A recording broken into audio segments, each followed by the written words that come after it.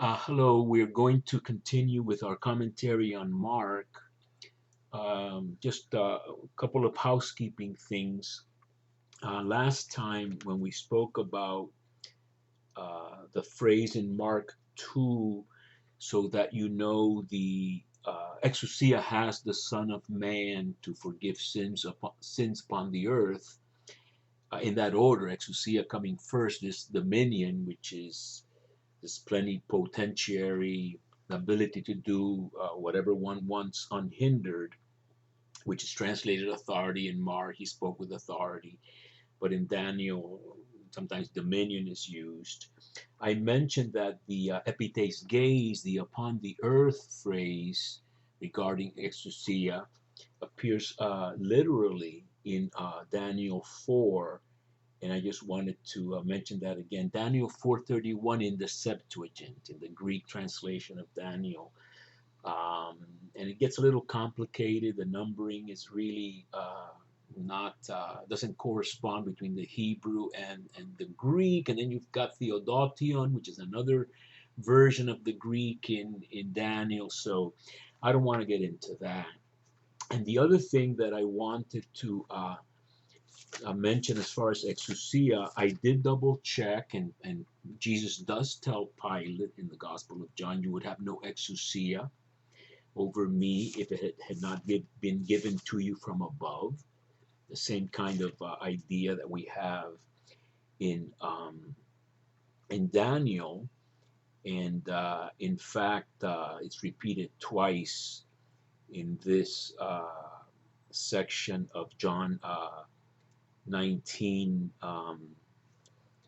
regarding this authority. And the other interesting place in John where exousia appears, this ability to act, you wouldn't say authority in this translation, so you would have to come up with some kind of good translation for this Greek word if you want it to be consistent. But Jesus says in John 10:18, which is the Good Shepherd discourse, which, by the way, will be relevant to what we're going to talk about today, which is the meal with sinners in Mark chapter 2. But in John chapter 10, the Good Shepherd discourse, he says that no one takes my life away. I give it of myself or voluntarily. I have exousia to give it and exousia to take it up anew. So that this is an instance of exousia as the full ability to do what one intends without any constraints. Let's then continue with Mark. We spoke about the paralytic, and now we're in the vocation of Levi, if you will. So he goes beside the sea. All the crowd was coming to him, and he was teaching them. This will be repeated regularly in Mark. And as he passed by, he saw Levi, the son of Alphaeus, sitting at the tax booth. Um, and he said to him, "Follow me." And he rose and followed him. So here we have another sort of instance of zombie obedience. Uh, what I mean by that is that in this gospel, what Jesus says is obeyed. There's no hesitation or anything of the sort. And then what we have is a very interesting scene that is often not uh, dealt with rightfully, I don't think, or at least with all the Old Testament background.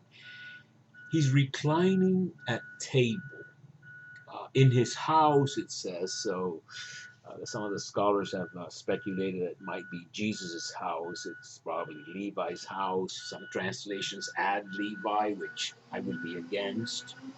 You don't mess with the DNA of the text. And reclining would indicate a Jewish festive meal, I think. So, and he's eating with these tax collectors and sinners. He doesn't say prostitutes, but we know from other passages that even John's baptism was one in which tax collectors and prostitutes. That's like two main categories of so-called sinners. Um, Heard John and converted. So this is going to be a whole polemic with Pharisees, and we have to understand this. The Pharisees were a reform party in Judaism.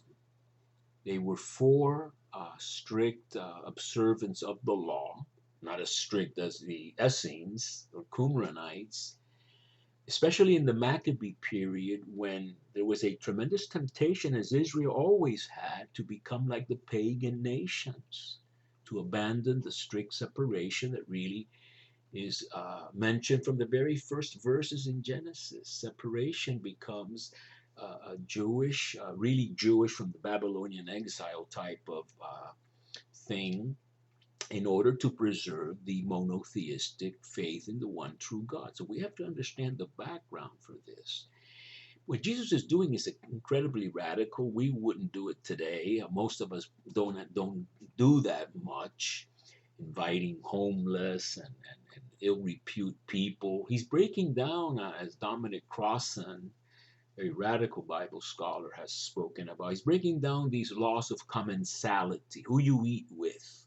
If you break those down, you've opened the door to everything. And this is where in Mark's gospel, Jesus can touch a leper, can have a menstruating woman touch him, and this fear of impurity is not there. In fact, in Mark, specifically in chapter 7, he's going to say that it's not what enters a man, or you could even say what a man touches, that renders him impure, but rather what comes out of the man's heart.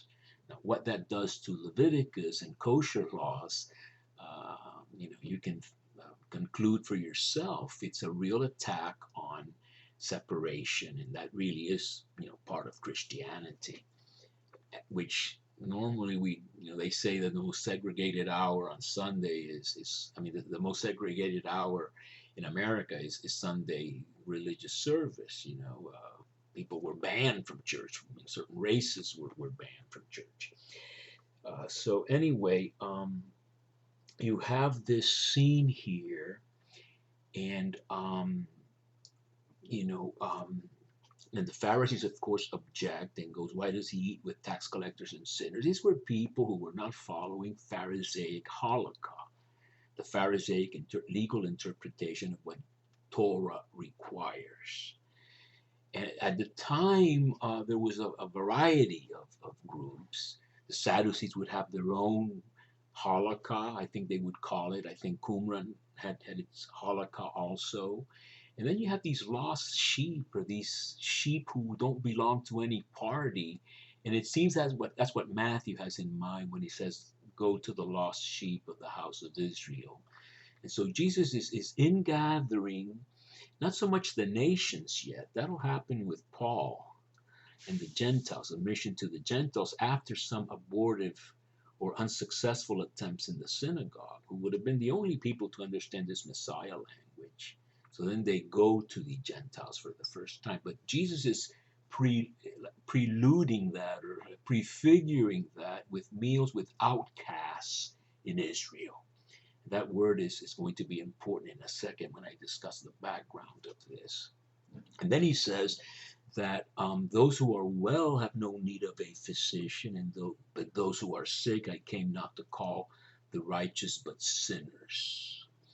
And so we're familiar with those words, but what I want to call your attention to is a passage that we mentioned before, and I called it then the Good Shepherd passage. And I'm not talking about the Gospel of John. I'm talking about Ezekiel 34.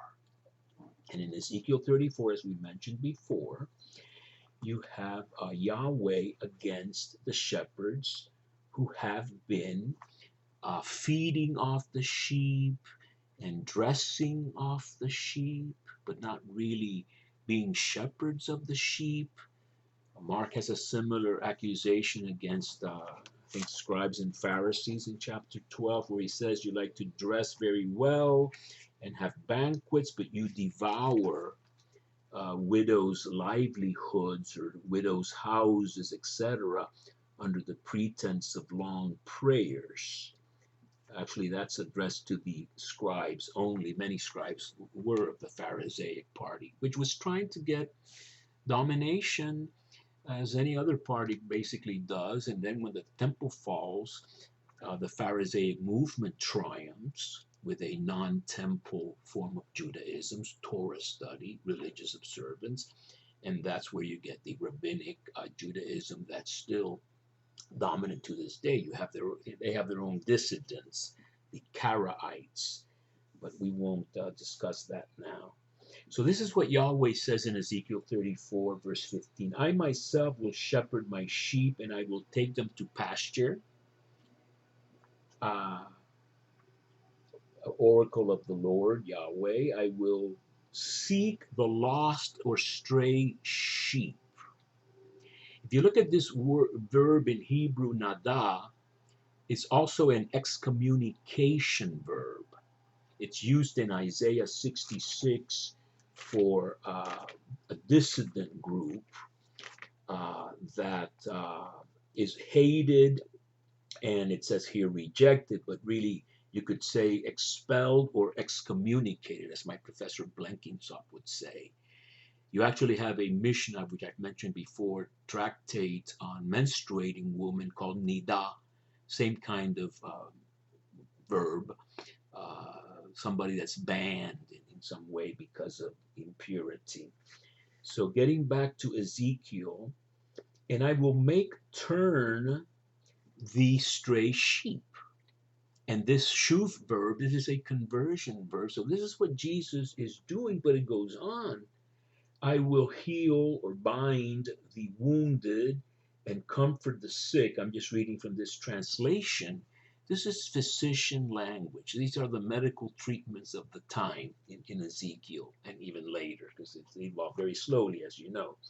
So that you have a tremendous parallel here between what Yahweh as shepherd himself is going to do in place of these negligent and uncaring and exploitative shepherds. And then, of course, as we mentioned before, and we'll repeat again, it's not really Yahweh is going to be shepherd. I will raise to put ahead of them or leading their way a sole shepherd who will pasture them, my servant David. So I, Yahweh, will be their God, and my servant David shall be this lifted up one or prince, and I will make a covenant of peace, and the beasts and the nations will no longer hurt them or be a threat to them. They will dwell in security, etc. You are my sheep. You are the human flock, this translation says, that I shepherd, and I'm your God, oracle of the Lord Yahweh. So you've got, again, the mention of beasts, typically nations that have preyed on Israel, but Israel's own shepherds, kings primarily, have not done a good job of protecting the sheep. They've been corrupt, etc. This is the whole sort of pre-exilic history that Ezekiel is addressing in the early part of the exile, without getting into all the dates of all the passages in Ezekiel. And so I think you have here a tremendous background to what's going on in Mark. For sure, Jesus was known for these meals, but language regarding binding and physician treatment language would be at hand for Jesus, who studied the scriptures. And the festive meal are like the sheep lying for pasture. And you have, like I said, a very, very close parallel to what is going on in Mark in the Good Shepherd passage in Ezekiel 34. I'm going to stop there.